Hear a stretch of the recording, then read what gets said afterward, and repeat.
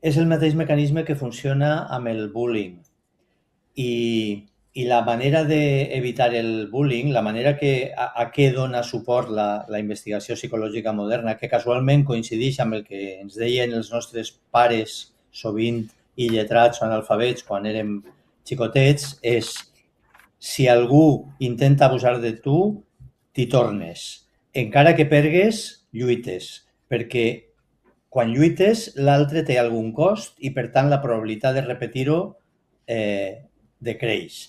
En canvi, si l'entomes, la probabilitat augmenta. I això és el que ens passa com a parlants, com a catalanoparlants, que els abusadors s'atreveixen amb nosaltres perquè no hi ha conseqüències. No hi ha conseqüències individuals, és a dir, ningú s'hi torna per la brava, ni hi ha conseqüències legals institucionals, és a dir, qui la fa la paga.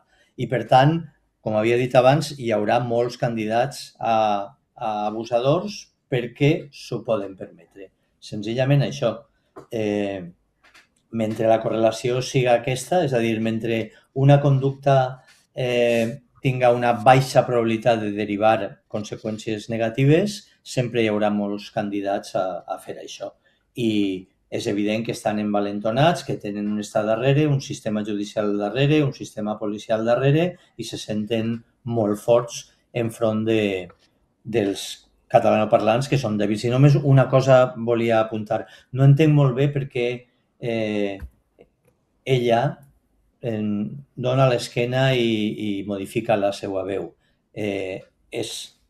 L'empresa l'ha acomiadat a ella. Les conseqüències de qui tem?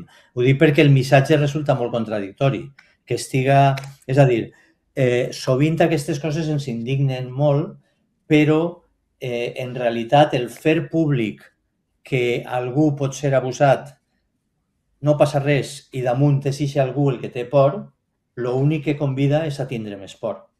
A que hi hagi més gent que per evitar-se coses així parle directament en castellà i així ens evitem problemes. Per tant, crec que és bastant incoherent que faci tot això i un poc, jo diria, innecessari. No sé quin és el temor que té, que li faci qui, si li veu la cara o reconeix la seva veu.